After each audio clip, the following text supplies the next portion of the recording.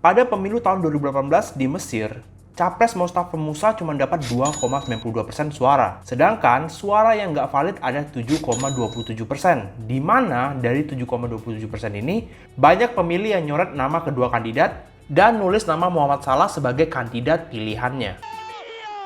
Ada negara-negara, entah negara maju, negara berkembang, atau negara terbelakang, yang masyarakatnya suka over proud kalau negaranya dihubungi sama dunia internasional. Kayak misalnya ada orang terkenal liburan ke negaranya, ada film terkenal nyebut-nyebut nama negaranya, atau kalau misalnya ada orang di negaranya yang go internasional. Entah sukses ataupun enggak, pokoknya udah go aja. Ibaratnya orang baru megang botol bensin aja, belum diminum, tapi udah diteriakin, "Wah, men banget! Wah, keren banget! Wah, bad boy banget!" Sifat over proud kayak gini suka dimanfaatin di dunia politik buat ngumpulin suara. Karena mereka tahu orang-orang kayak gini udah banyak pemujanya.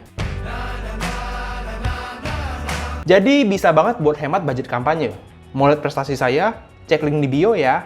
Over proud. Entah dia emang ngerti politik atau enggak ya, yang penting suara dulu. Hal-hal kayak gini juga terjadi pada atlet-atlet yang udah go internasional. Bahkan ada juga yang udah jadi presiden. Diceritakan dalam tempo sesingkat-singkatnya. Kak Haber Kaladze. Buat yang suka nonton bola pada masa-masa tahun 2000-an awal, pasti ingat sama back ini. Zanna Bianca, Kaladze, Kaladze, Zanna Bianca, Zanna Bianca. Pensiun main bola, Kaladze banting setir jadi politikus dan sukses kepilih jadi anggota parlemen Georgia yang kemudian naik jadi wakil perdana menteri, kemudian naik lagi jadi menteri energi, dan kemudian jadi anggota kabinet Georgia. Resign dari jabatan menteri energi pada tahun 2017, Kaladze ikutan pemilihan umum wali kota. Terus kepilih lagi jadi 2 periode di tahun 2021.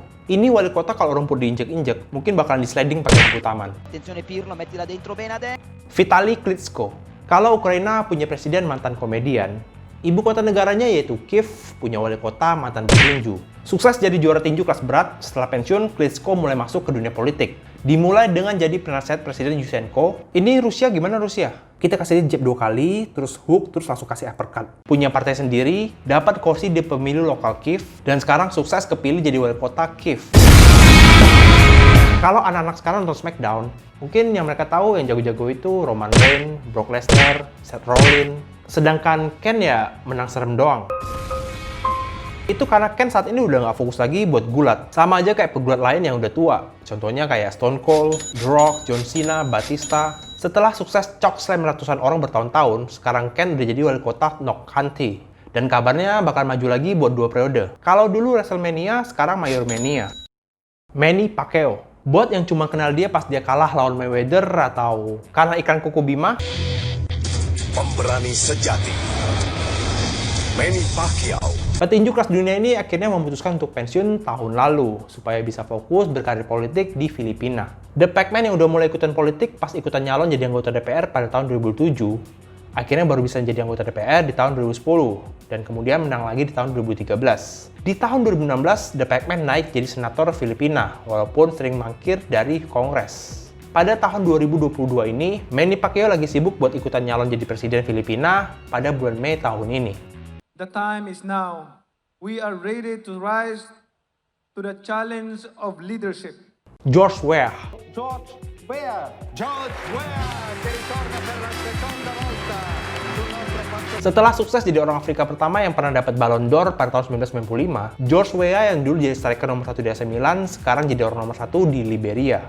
Beda dengan atlet-atlet lain yang mulai dari bawah dulu, George Weah justru langsung nyalon jadi presiden pada tahun 2005, walaupun kalah. Meskipun kalah, setidaknya waktu itu George Weah kalah di 2 periode.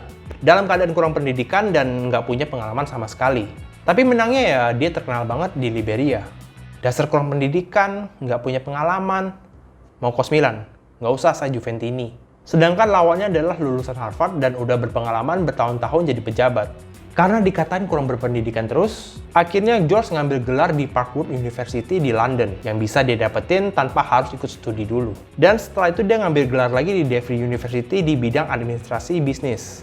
Setelah kalah di Pilpres Liberia tahun 2006, akhirnya Josh kepilih jadi senator di Montserrado County. Terus kalah lagi ketika nyalon jadi wapres pas lawan orang ini lagi. Kemudian menang lagi jadi senator di Montserrado County, dan pada akhirnya menang pemilu di tahun 2017 dan diangkat jadi presiden di tahun 2018. Sampai saat ini Josh masih menjabat jadi presiden di Liberia.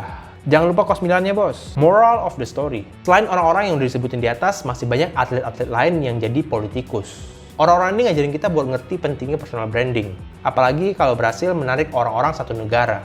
Tapi belajar dari pengalaman George Weah, tetap aja yang paling penting itu adalah kalau dapet kesempatan, jangan sampai mengecewakan. Lengkapi hal-hal lain yang diperlukan. Ibarat dagang, jangan sampai orang cuma beli sekali terus nggak mau beli lagi. Apalagi kalau orang cuma beli sekali ini sampai nge-review ke orang-orang satu negara. Diceritakan dalam tempo sesingkat-singkatnya.